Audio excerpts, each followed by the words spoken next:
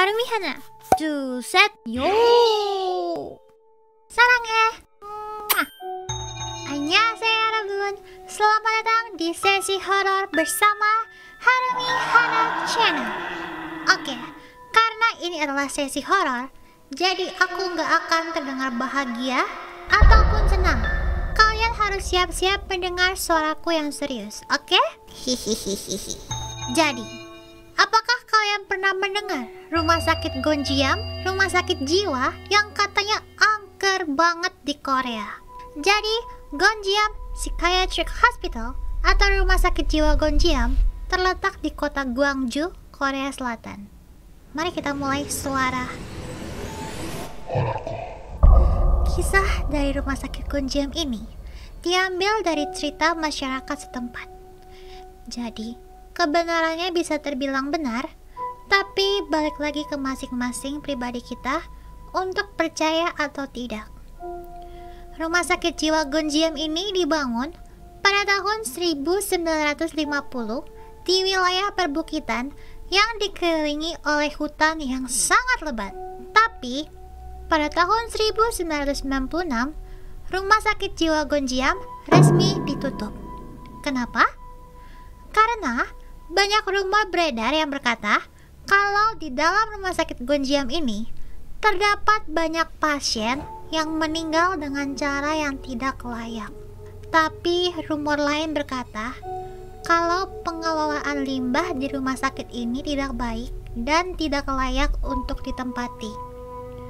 Terus, konon katanya kepala rumah sakit ini melarikan diri.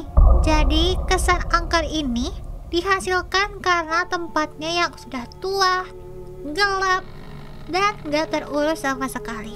Lalu, juga ada rumor beredar bahwa kematian para pasien dan suster serta dokter meninggal secara misterius, seperti meninggal di ruangan kerja, meninggal di ruangan masing-masing, di depan meja, dan bahkan ada rumor kalau ada dokter yang gak waras atau dokter gila yang bereksperimen dengan membunuh para pasien-pasien tersebut.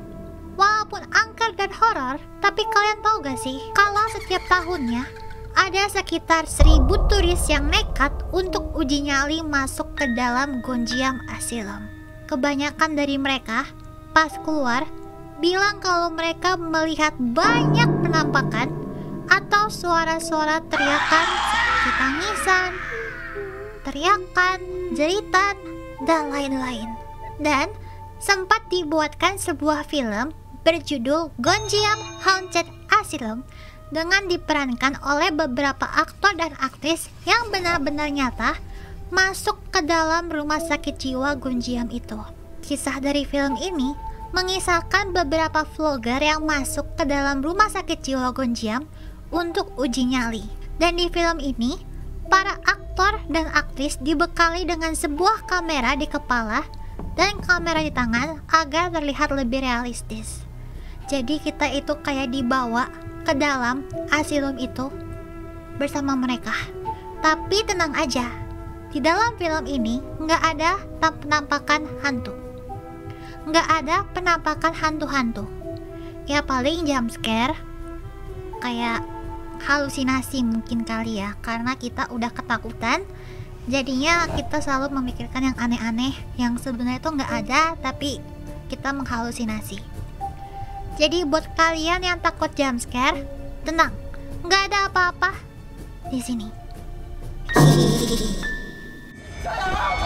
우리 나가야 돼. 뭐가?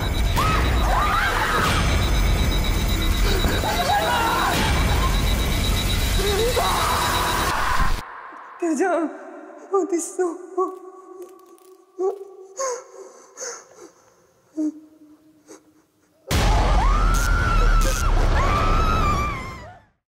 Tapi kabarnya yang sebenarnya terjadi pada tempat itu adalah karena dana ekonomis yang diberikan kepada rumah sakit jiwa Gonjiam ini kurang.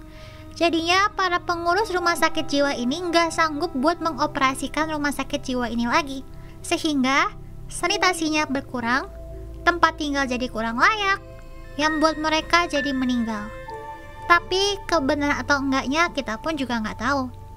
Karena tempat itu sudah tidak bisa dimasuki oleh para turis lagi dan akses ke sana sudah ditutup.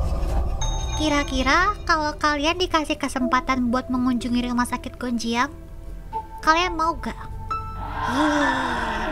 Tulis di kolom komentar ya.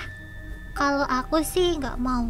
Aku cukup main game horor aja udah merinding, apalagi masuk ke tempat horor itu atau pingsan.